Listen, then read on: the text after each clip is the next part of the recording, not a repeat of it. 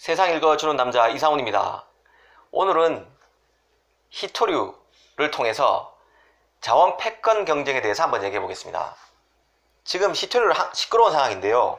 중국이 바로 자원 무기할 수 있다는 거죠. 희토류를 통해서 자원의 중요성이 더 확인되고 있는 상황입니다.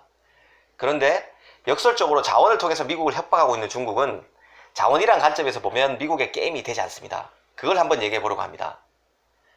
지난해 말 나왔던 뉴스가 미국이 전세계 최대 산유국이 됐다는 소식이었는데요. 미국이 셰일 혁명을 기반으로 지난해 러시아와 사우디를 제치고 연간 기준으로 45년 만에 세계 최대 산유국 지위를 탈환했다는 뉴스였습니다. 미국 에너지 정보국이라고 EIA가 있습니다. EIA에 따르면 2020년이 되면, 그러니까 내년이죠. 내년이 되면 미국이 원유 등 에너지 수출이 수입을 웃도는 순수출국이 될 거라는 전망을 내놨습니다. 하지만 중국은 석유를 비롯해 거의 모든 전략물자에서 최대 수입국입니다. 최대 수입국뿐만 아니라 유사시 생명선으로 간주될 수 있는 중동에서 이어지는 석유 수송로를 지킬 해군력조차 중국은 갖추지 못했습니다. 그만큼 미국한테 밀린다는 거죠. 일단 셰일 혁명 얘기부터 하겠습니다. 셰일 혁명 되게 어려워 보이지만요, 이해하면 쉽습니다. 설명드리면 쉽습니다. 셰일은 그냥 바위입니다. 땅에 있는 바위가 아니라 지표에서 3000m 내려가면 있는 바위입니다. 바위 형태도 넓은 구들장 같은 바위입니다. 두께는 얇지만 넓습니다. 근데 5억 년 전에는 바다였습니다. 물고기 시체 같은 게 많이 썩어 있겠죠. 거기에서 바로 가스가 만들어지고 석유가 만들어집니다. 채굴할 때는 일단 가스부터 나오고 석유가 나중에 나온다고 합니다. 정리하면 셰일 가스, 셰일 오일은 기존 가스와 석유와 같습니다. 성분이 같습니다. 다만 채굴 방식만 다를 뿐입니다. 이 채굴 방식은 2004년, 지금부터 한 15년 전이죠. 그때 처음으로 개발됐다고 합니다. 그것도 미 텍사스에 있는, 텍사스가 석유 자본들이 다 몰린 곳인데요. 가장 중소 석유업자가, 조만한 중소 석유업자가 만들었다고 합니다. 개발했다고 합니다. 그 공정이 기술 발달로 2014년부터 본격적으로 셰일 오일과 셰일 가스와 셰일 오일이 채굴되기 시작했다고 합니다. 지금 미국 본토 내에 셰일 가스와 오일이 무진장 지금 계속 발견되고 있는데요. 다른 나라에도 물론 셰일이 있습니다. 문제는 채굴할 수 있는 방법은 미국만 알고 있다는 겁니다. 미국만 알고 있다는 겁니다. 기술도 어렵거니와 대규모 자본이 투입돼야 되죠. 그리고 그 기술을 개발하기 위해서 많은 사람들이 뛰어들었을 만큼 미국의 독특한 자본주의 시스템도 바로 그 셰일 가스 추출의 숨은 원동력이라고 하는 분석이 많습니다. 그런데 왜 셰일에다가 혁명이란 단어를 붙였을까요?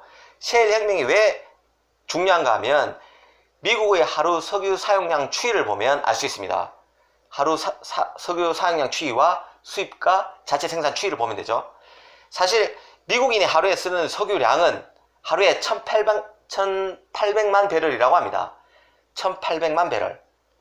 참고로 우리나라는 250만 배럴 정도 쓴다고 하네요. 그러니까 우리보다 한 8배 정도 미국이 더 많이 쓴다는 거죠, 하루에. 그런데 금방 말씀드린 대로 미국은 셰일 오일과 셰일 가스를 2014년도부터 본격적으로 상업화하기 시작했습니다. 개발해서 사용했다는 얘기죠. 그런데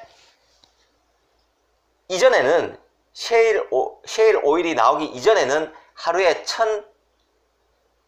1200만 배럴을 수입했었습니다. 미국이 1200만 배럴, 1800만 배럴에서 1200만 배럴을 수입했고 600만 배럴을 자체 생산한 거죠, 석유를.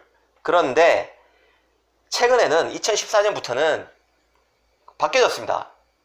하루에 수입하는 양, 1800만 배럴에서 수입하는 양이 600만 배럴에 불과합니다. 그리고 1200만 배럴은 자체 생산합니다. 셰일 오일 덕분이죠. 그래서 지금 미국이 석유를 덜 사가서 전 세계에서 석유가 남는 시장이 남고 있습니다. 그래서 많이 떨어지고 있는 거죠. 전문가들은 EIA 같은 곳이죠. 2020년, 그러니까 내년에 되면 미국이 전혀 수입을 안 해도 된다고 보고 있습니다. 더군다나 지금은 에너지 효율이 점점 좋아져서 하루에 쓰는 양도 줄고 있는 추세입니다. 에어컨 같은 경우도 지금은 AI도 장착이 되어 있고 에너지 효율, 친환경을 중요시하면서 에너지 효율도 예전보다 좋아져서 예전보다 전기료도 덜 나오지 않습니까? 에어컨을 많이 틀어도요. 조셉 나이 같은 교수는 미국이 셰일 혁명 때문에 앞으로 100년 쓸 가스, 200년 쓸 석유를 미국 자체에서 확보했다고 말합니다. 그래서 미국의 두 번째 세기, The Second Century가 시작됐다고 말하는 분들도 많습니다. 그만큼 미국이 자원 대국, 명실공히 자원 대국이 됐다는 거죠. 자원 자립화가 됐다는 얘기입니다. 얼마 전에는 세계 최대 원유 매장량을 자랑하는 사우디아라비아가 미국의 셰일가스를 사들이는 계약을 체결했습니다. 이게 바로 미국의 셰일 혁명이 세계 에너지 시장의 구도를 완전히 뒤바꾸고 있음을 보여준 사건이라고 할 만했는데요. 미국 사우디 입장에서는 값싼 셰일가스를 발전용으로 쓰고 미국과의 동맹도 강화하겠다는 의도로 분석됩니다. 하지만 최근 미국은 예전 같지 않죠. 특히 트럼프가 대통령이 되면서 이스라엘과 훨씬 더 밀착하고 있습니다. 사우디는 그냥 좀 소외되고 있는 상황입니다.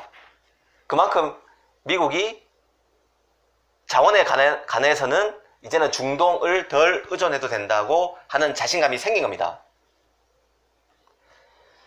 더군다나 미국은 자국산 액화천연가스 LNG죠. LNG에 보복 관세를 매긴 중국을 견제할 수도 있게 된 거죠. 이 에너지 패권을 가질 수 있게 됐기 때문이죠. 셰일가스 덕분에요. 셰일 오일 덕분에요. 사실 이전으로 돌아가면 자원 패권 경쟁은 더 심각했습니다. 지금도 보이지 않게 자원 패권을 둘러싼 싸움이 있었지만 예전 과거를 살펴보면요, 모든 전쟁에는 자원 확보가 얽혀 있었습니다. 1941년 6월에 독일의 히틀러가 독소 불가침 조약을 파기하고 소련을 침공할 때도 사실은 그 히틀러는 러시아 남부에 있는 카캅스라고 있습니다. 카카스 유전을 장악하기 위해서였습니다. 독일의 그 유명한 전차부대, 그 기계화 부대도 석유 없이는 지물일 수밖에 없었기 때문이죠. 유럽을 제패하려면 석유 확보가 먼저라는 생각을 히틀러는 했습니다. 예전에 그 일본도 1941년 12월에 진주만을 기습했는데요.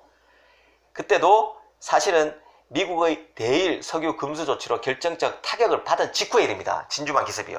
그만큼 자원은 무기화는 무서운 겁니다. 더 가까이는 석유 재발가인 부시 가문을 들 수 있는데요. 부시 가문의 석유 활용은 사실 뉴스도 아니죠. 그만큼 노골적이었습니다. 아버지 부시는 1990년 8월에 이라크의 쿠웨이트 침공에 대응해서 미군 수십만 명을 사우디에 파견했었는데요. 그때 파견한 이유도 사실은 미군의 그 군사력을 사용함으로써 중동 지역의 석유 자원을 미국이 안전하게 확보할 것이라는 절대적 확신이 있었기 때문입니다.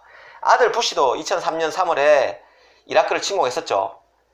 아들 부시는 이라크 유전만 장악하면 전쟁에 들어간 비용은 물론이고 이라크의 전면 비용 등도 충분히 뽑아낼 수 있을 것으로 봤습니다. 물론 이런 아들 부시 생각을 알아차린 이라크 저항 세력이 석유 시설에 불을 질렀죠. 원유 시설에.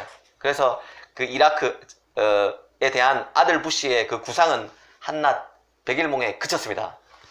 아무튼 이런 석유 잡기 고민을 해왔던 미국이 이제는 셰일 혁명으로 사우디가 미국의 눈치를 보는 시대가 됐습니다. 다시 현실로 돌아와 보죠. 지금 미중 패권 전쟁에서 중국의 승리 가능성은 크지 않습니다. 저는 전혀 없다고 봅니다. 종합 국력에서 중국은 미국의 현저히 뒤집니다. 군사력도 마찬가지고, 군사력도 그렇고요,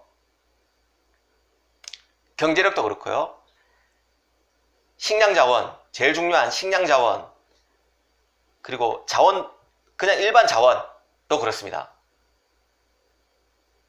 사실 중국은 미국이 만든 세계 자유무역 체제 안에서 대국 굴기가 가능했습니다. 지금 얘기하고 있는 IT 굴기도 가능했고, 반도체 굴기도 가능했고, 제조업 굴기도 가능했습니다. 그런데 트럼프 행정부가 지금 이 중국의 대국 굴기를 가능하게 했던 세계 자유무역 체제를 흔들고 있죠. 그런데 중국은 자원과 석유 수급에서 너무 불리합니다. 국가 총력적인 현대 전쟁에서 석유는 최대 전략 자원이고, 나치와 일본도 일제도 자원 전쟁의 열세에서 총력전에서 패배했던 겁니다. 미국이 중동에 전략적 관심을 집중해 왔던 것도 결국 석유 자원 때문이었고요. 이제는 미국은 자원 자립국이 됐습니다. 히토리도 곧 미국이 대세가 될 가능성이 큽니다. 중국은 테러를 염두에 두고 움직여야 될 것 같습니다. 감사합니다.